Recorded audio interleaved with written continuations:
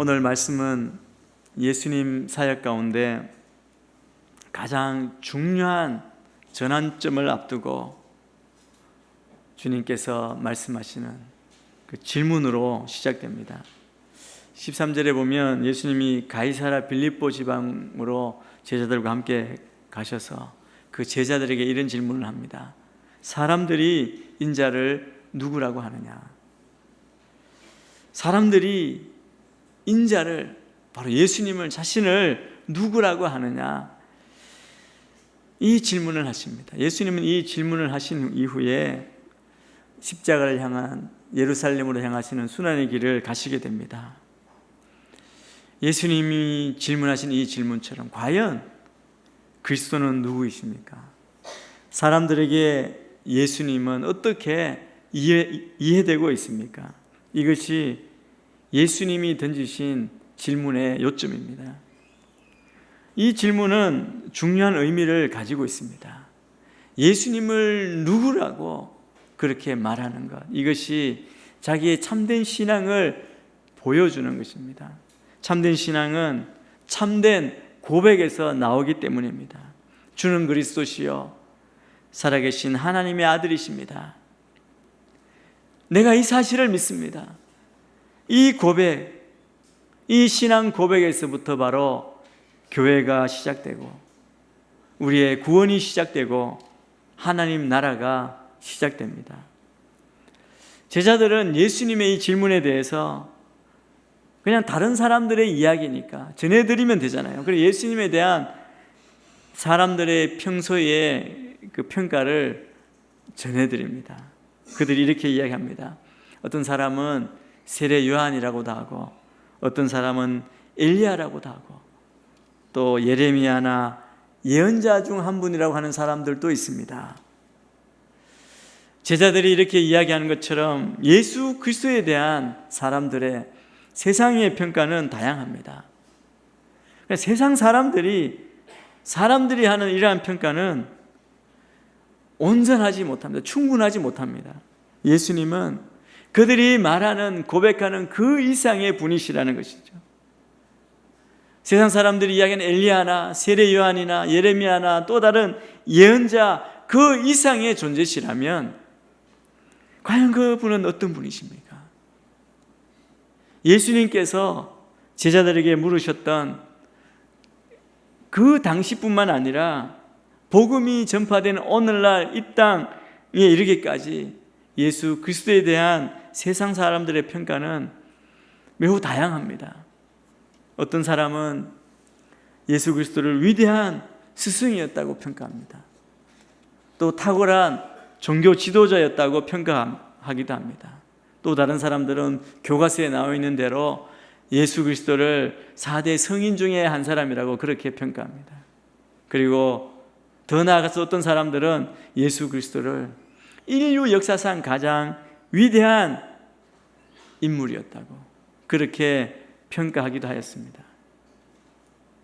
세상 사람들이 예수 그리스도에 대해서 아무리 다양하게 그리고 긍정적으로 평가를 내린다고 할지라도 그 평가는 절대로 정당한 평가가 될 수 없습니다. 또 그들에게 아무 유익도 줄 수가 없는 것입니다. 왜냐하면 그들은 역사상 존재하였던 한 인간으로서의 예수는 알았지만, 지식으로는 알았지만, 인간을 구원하시기 위해 이 땅에 오신 그리스도이시며 하나님의 아들로서의 예수 그리스도로는 알지도 믿지도 못하였기 때문입니다. 주님이 나의 죄를 대신하여 십자가에 달리신 그 대속의 피로 말미암는 죄사함과 구원의 은총을 맛볼 수가 없었던 것입니다. 그러므로 이 자리에 있는 우리 모두는 오직 하나님의 말씀이 증가하시는 대로, 성경이 말하는 대로 예수를 그리스도요 하나님의 아들로 믿고 전심으로 섬기는 우리 모두가 되어야 할 줄 믿습니다. 예수님이 첫 번째 질문은 사람들이 나를 어떻게 생각하느냐 그렇게 질문하셨는데, 이제 또 두 번째 질문을 하십니다. 여러분, 예수님의 진짜 관심은 두 번째에 있습니다. 이번에는 제자들에게 이렇게 질문하십니다. 그러면 너희는 나를 누구라고 하느냐? 예수님이 제자들에게 물으십니다. 제자 한 사람 한 사람, 너희는 나를 누구라고 하느냐? 질문하시는 겁니다.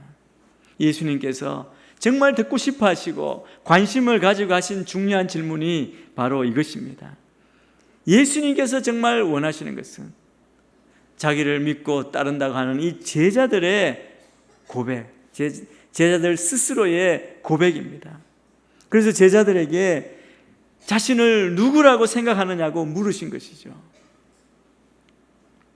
근데 여러분, 예수님께서 이 질문을 하신 의도를 잘 알아야 합니다. 제가 궁금해서 옆 사람에게 나를 누구라고 생각합니까? 그렇게 물으면 저는 이런 마음이 있는 거죠. 나를 어떻게 생각하는데 인기가 어느 정도 되는지 나에 대한 관심 때문에 물을 수 있습니다. 근데 예수님이 질문하신 의도는 그것이 아닙니다. 예수님은 사람들의 생각에 대해서 지금까지 사역하시면서 별로 중요하게 여기지 않으셨습니다. 많은 사람들이 예수님을 추대해서 왕으로 삼으려고 그렇게 했지만 예수님은 거절하셨습니다. 많은 사람들이 예수님을 자기의 이익을 따라, 목적을 따르며 추종하며 그 일을 해주기를 원했지만 주님이 그들의 요구를 들어주셨지만, 그러나 그들이 생각하는 대로의 길이 아니라 예수님이 오셨던 그 길을 걸으신 분입니다. 그래서 우리는 예수님께서 하신 이 질문을 오해해서는 안 됩니다. 예수님은 권력이나 명예나 인기에 관심이 있었던 것이 아닙니다. 예수님의 진정한 관심은 질문 그대로입니다. 너희들이 나를 누구라고, 어떻게 생각하느냐에 있었습니다. 주님이 원하시는 것은 우리 입술에 나오는 고백입니다. 우리 심장에서 나오는 고백. 우리가 예수님을 믿는다고 했을 때 어떻게 믿는지, 주님을 사랑한다고 했을 때 그 사랑이 어떠한지, 우리가 주님을 생각만 해도 내 마음이 어떠한지를 주님이 알고 싶으신 것입니다. 그 고백을 듣고 싶어 하시는 것입니다. 여러분, 인간의 사랑의 고백도 마찬가지 아닙니까? 다른 사람이 아닌 자기가 나의 사랑하는 사람의 고백을 들어야 하는 것이죠. 마찬가지로 내가 하나님께 어떤 고백을 하느냐가 중요합니다. 여러분, 제자들은 사람들이 나를 어떻게 생각하느냐, 그 질문에는 선뜻 대답할 수 있었습니다. 자기의 감정이 들어가지 않고 사람들의 이야기를 전하면 되었기 때문이죠. 그런데 예수님이 너희는 나를 누구라고 생각하느냐 질문하시니까 아마 당황했겠죠. 사람들은 말을 많이 하는데 사실 다 남의 얘기할 때가 많습니다. 남의 얘기하는 것이 재밌고 그 얘기는 참 풍성해지는데 자기 얘기하기는 아주 괴로워하는 사람들이 많이 있지 않습니까? 제자들도 당황했을 것입니다. 이때 베드로가 나서서 고백합니다.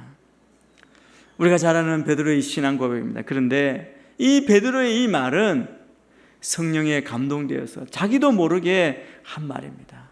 그가 이미 알고 있었고 준비된 말이 아니었습니다. 이것을 어떻게 하느냐면 이 고백 이후에 바로 돌아서서 예수님께 사탄아 물러가라, 이 책망을 듣습니다. 예수님께서 이제 예루살렘에 올라가셔서 우리 죄를 대신해 죽으시고 사흘 만에 부활하실 것을 말씀하시니까 베드로가 감당이 안 됐어요. 주님, 그러실 수 없습니다. 막아섰습니다. 그때 예수님이 사단아 물러가라, 너는 나로 넘어지게 하는 자다, 야단을 맞았습니다.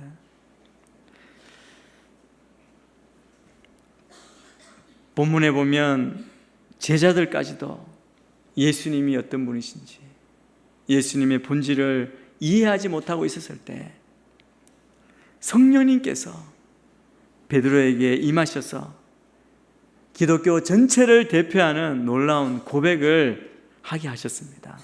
우리 16절 말씀, 이 베드로의 신앙 고백 말씀을 우리 같이 한번 읽겠습니다. 시작. 시몬 베드로가 대답했습니다. 주는 그리스도이시며 살아계신 하나님의 아들이십니다. 베드로는 우리가 믿는 기독교의 본질을 규정하는 너무나 중요한 핵심을 자기도 모르는 사이에 고백한 것입니다.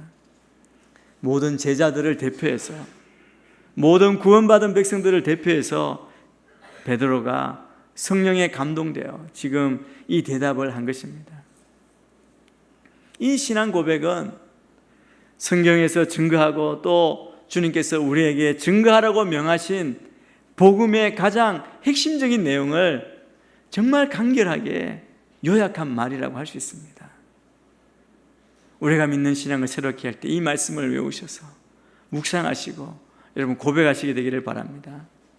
바로 이 말씀은 우리가 복음을 믿는다고 할 때 다른 어떤 것이 아니라 바로 예수님이 인간의 구원자고 그리스도이시며 또 하나님의 아들로서 하나님과 동등한 분이시라는 사실을 믿는 것이라는 말입니다.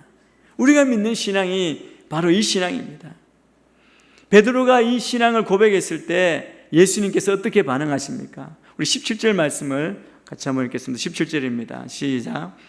예수께서 대답하셨습니다. 요나의 아들 시몬아, 내가 복이 있다. 이것을 내게 계시하신 분은 사람이 아니라 하늘에 계신 내 아버지시다. 예수님이 너무 기쁘셔서 베드로의 이름을 다 부릅니다. 요나의 아들 시몬아, 베드로의 이름 전체를 불러주십니다. 그리고 이렇게 말씀합니다. 내가 복이 있다. 내가 복이 있다. 여러분, 우리는 여기서 우리의 참된 신앙 고백에서 참된 축복이 나온다는 그 진리를 우리가 배울 수 있습니다. 우리가 찾고 구하는 이 복이 어디에서 옵니까? 우리의 믿음, 우리의 신앙에서 옵니다. 우리가 참된 신앙이 있을 때 우리의 불안이 떠나고 염려가 떠나고 우리에게 주님이 주시는 평강이 있는 이것이 참된 복이 아니겠습니까? 주는 그리스도시요 살아계신 하나님의 아들이십니다. 내가 이것을 믿습니다. 이런 고백을 예수님이 가장 기뻐하십니다. 우리 모두도 성령의 도우심으로 이런 고백을 할 때 주님이 주시는 놀라운 복을 누리게 될 줄 믿습니다. 그리고 예수님은 이 참된 신앙 고백이 성령을 통하여 하나님 영이 임함으로 하는 것이다 라고 그렇게 말씀하십니다.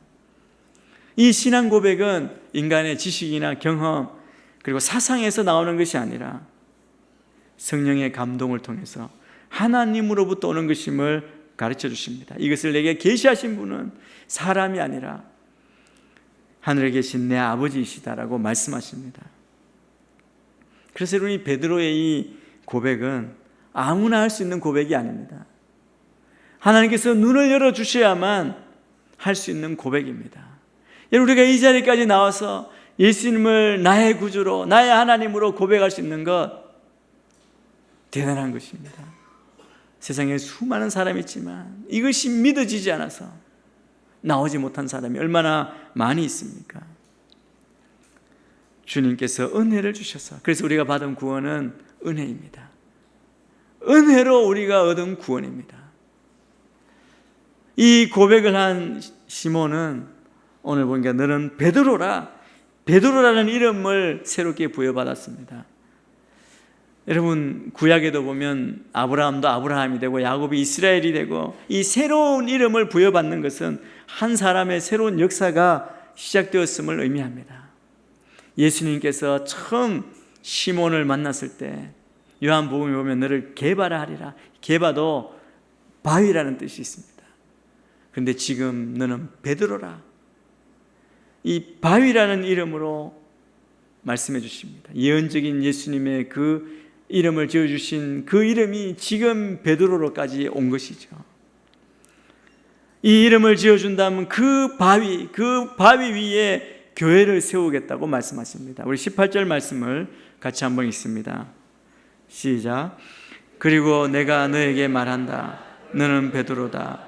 내가 이 반석 위에 내 교회를 세울 것이니 지옥의 문들이 이것을 이길 수 없을 것이다.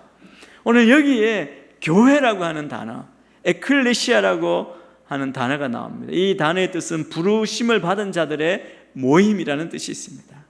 세상으로부터 하나님 나라 백성으로 부르심을 받은 공동체입니다.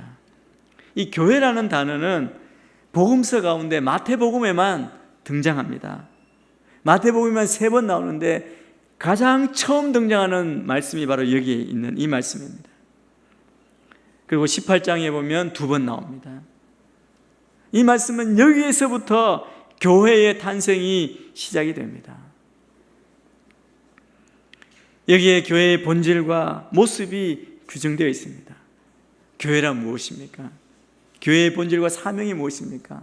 오늘 우리가 읽은 이 본문 말씀을 가지고 우리 사도행전적 교회를 꿈꾼다 해보면 우리 온누리 교회 교회론의 가장 기본되는 말씀으로 이렇게 나와 있습니다. 여기서 말씀해 주는 교회는 어떤 교회입니까? 첫째, 교회는 반석 위에 세워집니다. 베드로라는 이름은 반석이라는 뜻입니다. 그런데 여기에 오해가 생길 수 있는데 이 말씀은 베드로라는 사람, 베드로라는 인격 위에 교회를 세우신다는 뜻이 아닙니다. 그런데 이 말씀을 보면 베드로는 아니지만 베드로와 아주 관계 깊은 그 무엇으로 교회의 기초를 삼겠다는 것, 그것을 강조하십니다.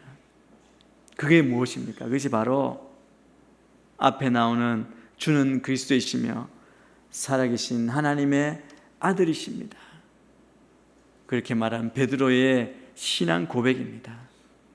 참된 교회는 주는 그리스도시요 살아계신 하나님의 아들이시라고 고백하는 교회입니다. 바른 신앙 고백의 토대 위에 세워지지 않는 교회는 주님의 교회라고 할 수 없습니다. 저는 우리가 다 주의 말씀 위에 참된 믿음의 기초 위에 세워져 나가는 한 개인, 우리 모든 공동체가 되기를 축복합니다. 우리 온누리 교회가 그 기초 위에 세워진 교회입니다. 교회는 오직 진리를 진심으로 믿고 온전히 고백하는 성도들의 공동체입니다. 그래서 진리를 따라 사람의 생각이나 고집이나 경험이 아니라 하나님의 말씀을 기초로 예수 그리스도를 기초로 우리가 세워진 공동체라는 것입니다. 둘째, 교회의 본질은 예수님이 세우신 교회만이 진정한 교회라는 것입니다. 예수님이 이렇게 말씀합니다. 내가 이 반석 위에 내 교회를 세울 것이니라. 그렇게 말씀하셨습니다. 그럼 사람이 세운 교회는 가짜입니다. 교회는 사람이 세울 수 없습니다. 교회는 인간적인 조직이 아닙니다. 교회는 예수님이 세우신 것입니다. 그래서 교회의 주인은 예수님 한 분뿐입니다. 우리가 날마다 이것을 생각해야 합니다. 교회의 주인은 예수 그리스도이시기 때문에 우리는 그분의 부름을 받을 것이고 그분이 원하시는 교회를 위해서 모두 다 순종하고 헌신하겠다라고 그렇게 고백해야 하는 것입니다. 결코 사람이 교회의 주인일 수 없습니다. 마치 사람이 교회의 주인인 듯한 그런 모습을 보일 때가 많이 있습니다. 결코 그럴 수 없습니다. 주님이 아니라고, 성령님이 아니라고 하시면 우리가 바로 순종하고 주의 뜻대로 그렇게 나아가는, 순종하는 것이 주님의 교회입니다. 오직 예수 그리스도 한 분만이 주장하십니다. 이것이 진정한 교회입니다. 세 번째, 교회는 지옥의 문들이 이길 수 없는 곳입니다. 이 말은 옛날 성경에는 음부의 권세가 이기지 못하리라 말씀합니다. 이 말씀의 뜻은 하나님의 교회는 지하의 권세자들, 죽음의 세력까지라도 교회를 결코 해하지 못할 것이라는 의미입니다. 그래서 우리는 두려워하지 않습니다. 어떤 핍박과 박해가 올지라도 하나님의 교회는 살아계신 하나님이 우리와 함께 하시기 때문에 하나님께서 지키십니다.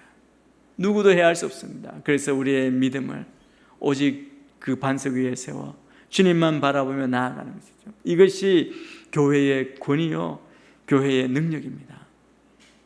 또 예수님이 계속해서 교회의 본질에 대해서 말씀하십니다. 19절 말씀을 같이 한번 읽겠습니다. 19절입니다. 시작. 내가 내게 하늘나라의 열쇠들을 줄 것이다. 내가 땅에서 매면 하늘에서도 매일 것이요 내가 땅에서 풀면 하늘에서도 풀릴 것이다. 이 말씀은 예수님께서 교회에게 주신 감당하기 어려울 정도로 놀랍고 감격적인 말씀입니다. 교회는 하늘나라의 열쇠를 가진 공동체입니다. 예수님께서 하늘나라의 열쇠를 그리스도의 몸인 교회, 바로 하나님의 백성들에게 주겠다고 하신 것입니다. 마치 하늘에 문이 있는 것처럼 비유하고 있습니다. 열쇠가 문을 열고 닫는 것 아닙니까? 하늘 문을 열고 닫는 권세, 그리고 메고 푸는 권세가 있습니다. 이 교회에 우리에게 메고 풀 수 있는 권한이 주어진 것입니다. 여러분, 메고 푼다는 것이 무슨 의미입니까? 이것은 바른 가르침으로 사람들을 하나님 나라로 인도한다는 뜻입니다. 그래서 예수님의 인격과 그 가르침을 다른 사람에게 해석해 주는 책임이 주어졌습니다. 이 역할이 베드로에게만, 12사도에게만 주어진 것이 아닙니다. 오고 오는 모든 세대, 우리에게까지, 모든 교회에게 하나님께서 맡겨주신 것입니다. 주는 그리스도시요 살아계신 하나님의 아들이십니다라고 고백하는 하나님의 백성인 교회에게 주어졌다는 것이죠. 그럼 하나님 나라의 열쇠는 그러면 무엇을 말하는 겁니까? 오늘 우리말 성경을 보면 새롭게 잘 번역이 됐습니다. 열쇠들, 복수로 되어 있습니다. 하나님은 우리에게 하나님 나라를 열 수 있는 몇 가지 열쇠들을 주셨습니다. 많은 열쇠를 주셨죠. 오늘 우리가 생각해 볼 수 있는 첫 번째 이 열쇠의 뜻은 이 그리스도의 몸인 교회가 하나님의 말씀을 해석하고 선포하는 그런 열쇠, 그 직무를 가졌다는 것입니다. 우리가 말씀을 듣고 읽고 말씀을 연구하고 말씀을 해석하고 가르치고 선포할 수 있는, 증거할 수 있는 특권이 교회에 있다는 뜻입니다. 여러분, 말씀을 선포하고 말씀을 가르치는 것, 그것이 하나님 나라를 여는 것이라는 거죠. 이런 말씀을 알지 못하고 말씀을 믿지 못하면 그리스도를 알지 못하는 것이고, 그러면 하늘나라에, 하나님 나라에 갈 수가 없는 것입니다. 그래서 우리에게 주어진 하나님의 말씀에 대한 봉사, 이것처럼 위대한 것이 없습니다. 저는 우리가 이곳에 있는 동안, 이 땅에 사는 동안 매일 아침 하나님의 말씀을 묵상하고 하나님의 말씀의 인도하심을 따라 살고, 또 일대일을 통해서 말씀을 나누고 서로에게 말씀을 증거하는 이 말씀에 대한 봉사를 정말 가장 귀한 특권으로 알고 기뻐하고, 우리가 하나님 나라의 말씀을 위탁받은 자인 줄 알고 그것이 하나님 나라의 열쇠임을 아는 그런 우리 모두가 되기를 축복합니다. 그리고 받은 그 열쇠를 정말 귀하게, 정말 푸는 일에, 여는 일에 사용하시게 되기를 바랍니다. 또 하나님 나라의 열쇠는 또 우리에게 용서와 기도에 대해서 말씀해 주고 있습니다. 교회가 용서할 수 있는 특권에 대해서 성경이 말씀하고 있는 겁니다. 여러분, 용서할 수 없는 일이 얼마나 많이 있습니까? 우리 안에 분노가 얼마나 많이 있습니까? 이 세상이 어떻습니까? 여러분, 이 세상은 가면 갈수록 조용히 티나지 않게 더 악해집니다. 여러분, 그걸 느끼십니까? 그럴 때 우리는 어떻게 해야 합니까? 이 하늘나라의 열쇠를 가진 교회가 하나님의 말씀에 기초해서 예수 그리스도의 보혈에 의지해서 그 악한 인간에 대해서 용서하고 그들을 주님 나라로 인도할 수 있는, 인간의 죄를 용서하게 할 수 있는 그 특권을 가졌다는 것, 그것을 알아야 합니다. 예수님이 마태복음 18장 18절에서 20절에서 이 사실을 또 이렇게 말씀하고 있습니다. 18절부터 20절 말씀을 우리가 같이 한번 읽겠습니다. 시작. 내가 진실로 너희에게 말한다. 무엇이든 너희가 땅에서 매면 하늘에서도 매일 것이요, 무엇이든 너희가 땅에서 풀면 하늘에서도 풀릴 것이다. 다시 내가 진실로 너희에게 말한다. 너희 가운데 두 사람이 땅에서 어떤 일이든지 마음을 모아 간구하면 하늘에 계신 내 아버지께서 그들에게 이루어 주실 것이다. 두세 사람이 내 이름으로 모이는 곳에는 나도 그들 가운데 있다. 여기에 너희 모두에게 땅에서 메고 푸는, 그러면 하늘에서도 메고 풀릴 것이라는 그 특권을 가졌음을 말씀하시면서 무엇을 말씀합니까? 용서와 기도의 관계에 대해서 말씀합니다. 우리 그리스도인들은 용서를 해야 될 특권을 받았습니다. 풀어야 한다는 겁니다. 묶인 것을 풀어야 합니다. 내가 상대방을 용서하고 상대방의 용서를 받고 함께 기도하면 하늘에서 기적이 일어난다는 것이죠. 여러분, 우리 교회는, 하나님 나라의 백성은 끊임없이 기도해야 합니다. 형제끼리 합심해서 기도해야 합니다. 기도할 때 하나님의 놀라운 축복이 나타납니다. 용서할 때 교회에는 놀라운 축복이 일어납니다. 이 하나님 나라에 이르는 열쇠입니다. 또 열쇠는 어떤 것이라고 할 수 있습니까? 하늘나라의 열쇠는 우리에게 맡겨진 우리 교회의 사명이라고 할 수 있는 선교, 전도를 뜻합니다. 누가 하나님 나라에 들어갈 수 있습니까? 하나님 나라에 들어가는 사람은 예수 그리스도를 믿고 영접한 사람입니다. 예수 그리스도를 통하지 않고는 아무도, 천하 인간에게 누구도 예수 이름 외에 구원 얻을 만한 이름을 준 일이 없다고 분명히 말씀합니다. 누구도 하나님 나라에 예수 그리스도를 통하지 않고는 들어갈 수 없습니다.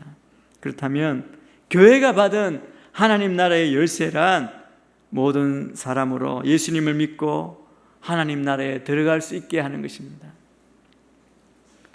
이것이 바로 선교의 사명, 전도의 사명임을 알 수 있습니다. 그래서 우리 교회가 정체성을 이야기할 때 우리 선교 공동체로 이야기합니다.